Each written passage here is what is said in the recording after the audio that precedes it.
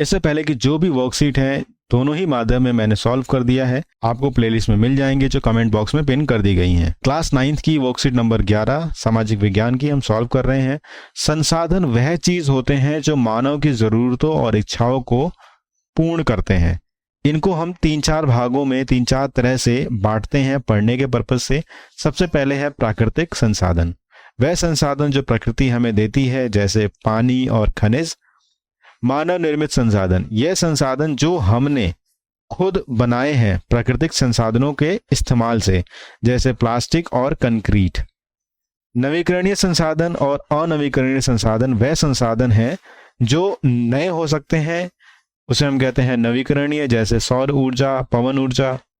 और अनवीकरणीय संसाधन वह संसाधन है जो मिलियंस ऑफ ईयर में जाकर दोबारा से बन पाएंगे, यानी इसे नया करना बहुत मुश्किल या न के बराबर है, उसे हम कहते हैं अनवीकरणीय, जैसे कोयला और तेल।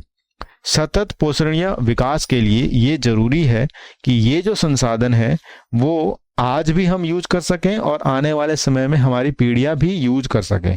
इसके लिए यह कुछ बातें हमें ध्यान रखने होते हैं। संसाधनों का विवेकपूर्ण उपयोग करने के लिए हमें इन 4 बातों का ध्यान रखना है।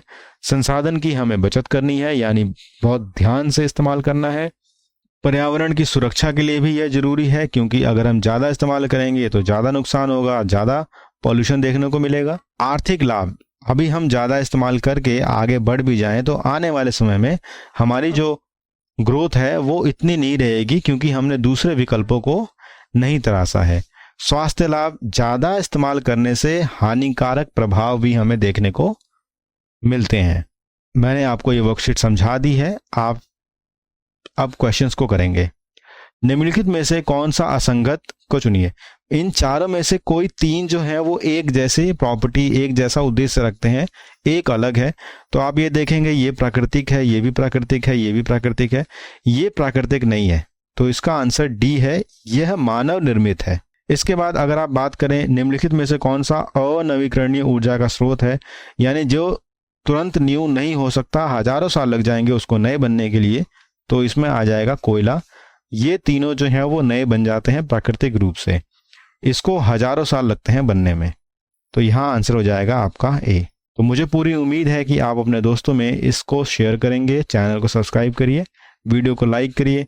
आखिरी तक देखने के लिए आपका बहुत बहुत धन्यवाद।